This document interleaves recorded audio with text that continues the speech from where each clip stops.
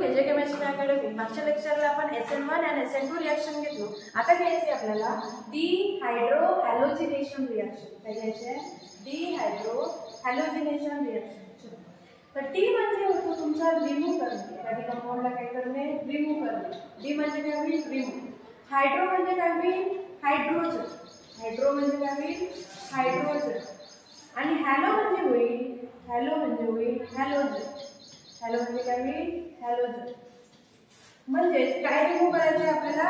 डिहायड्रोहॅलोजिनेशन मध्ये काय रिमूव्ह करायचं आहे? हायड्रोजन आणि हॅलोजनला कंबाईन रिमूव्ह करायचं आहे.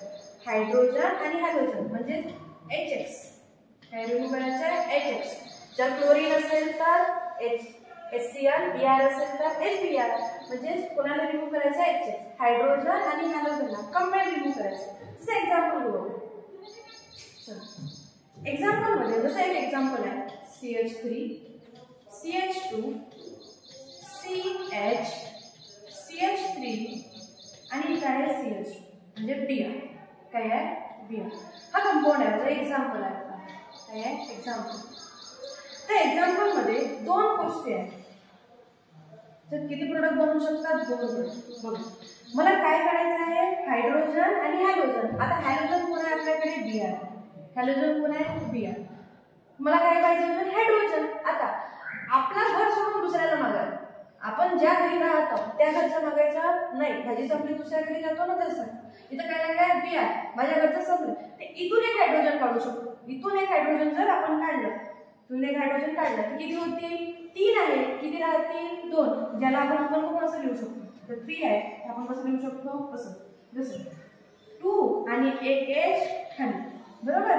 याला लिहायचंय काय करू? इथचा Br आणि इथून काय निघेल? H. काय रिमूव्ह होईल? -HBr. रिमूव्ह झाला ना. साईडच्या त्या घरचं मला घरच्याचं नाही. तर काय बनले? CH3. इथं राहिला CH2. आता हे रिमूव्ह केले. हे दोन गेले. या दोघांमध्ये काय बनेल? बॉन्ड. म्हणजे बनेल CH डबल बॉन्ड CH2. कारण की ऑलरेडी बॉन्ड होता.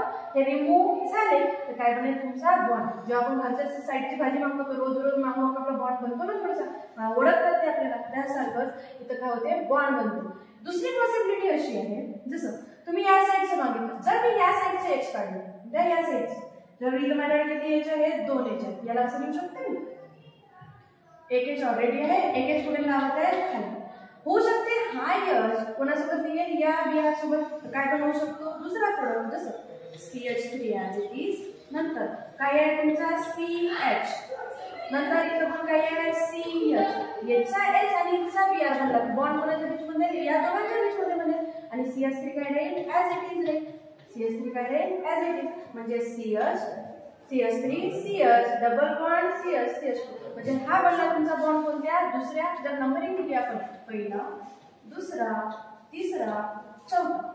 नंबरिंग जर आपण दिली तर बघा हा बॉन्ड कोणत्या याच्यात बनत आहे? पहिल्या, दुसऱ्या आणि तिसऱ्या कार्बनच्या बीच मध्ये बनत आहे. आणि हा कुठे बनत आहे? पहिल्या कार्बनच्या बीच मध्ये. 1 2 3 4. नंबरिंग अशीच काउंट केली. कारण की या साईडने जर गेलो तर माझा फंक्शन कोणत्या नंबरला येते? दुसऱ्या नंबरला. पण या साईडने गेली तर नंबर होईल पहिला, दुसरा, तिसरा नंबर करेल. आणि जे राहणार नाही म्हणून आपण या साईडने देऊ. ज्या साईडने आपला फंक्शन ग्रुप जवळ आहे. म्हणजे प्रोडक्ट किती बनले? 2. 1 2 3 4. किती कार्बन आहे? 4 कार्बन मला ब्युटेन. आणि तो ब्युटेन. ब्युटेनचं काय नाही लिहायचं? E नाही लिहायचं. बघा डबल बॉन्ड कोणत्या कार्बनवर आहे? दुसऱ्या कार्बनवर. ब्युटेन 2 आणि डबल बॉन्ड म्हणजे होतो E. म्हणजे EN.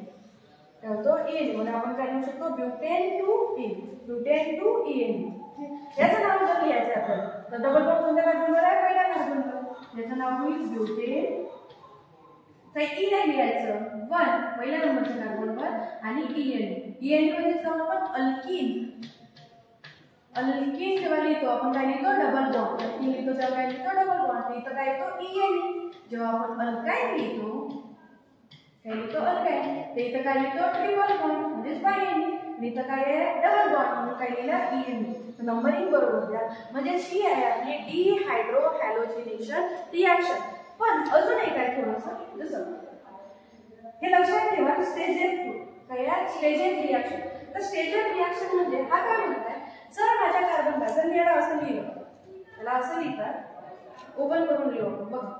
हा म्हणताय पहिला तर माझा कार्बन डबल बॉन्ड कार्बन. आता R दोन आहेत म्हणजे R2 म्हणजे मी CH3 घेऊ शकते. एक CH3 याला, एक CH3 याला, अजून एक CH3 याला आणि एक CH3 याला. R च्या ठिकाणी काय घेतली CH3. इथं R किती होते 2 आणि इथं R किती होते 2. तर हा माझा काय राहील मोर स्टेबल राहील. कोणापेक्षा याला लिहा C. R च्या ठिकाणी CH3 घेतला तर CH3. इथे पण किती आहे CH3. नंतर काय आहे डबल बॉन्ड. नंतर C. एक काय लागलाय तुमचा H आणि एक काय लागलाय CH3.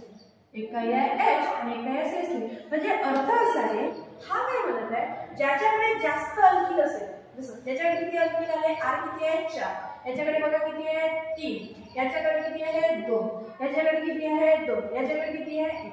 म्हणजे ज्याच्याकडे जास्त अल्किल असतील, ज्याच्याकडे काय असतील जास्त अल्किल असतील तो काय राहील मोर स्टेबल. मोर अल्किल तो कंपाऊंड काय राहील मोर स्टेबल. मोर अल्किल राहील तर कंपाऊंड काय राहील मोर स्टेबल.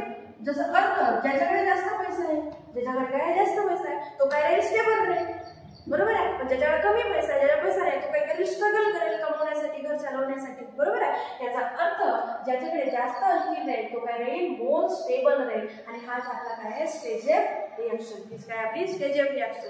बाकी नेक्स्ट लेक्चर.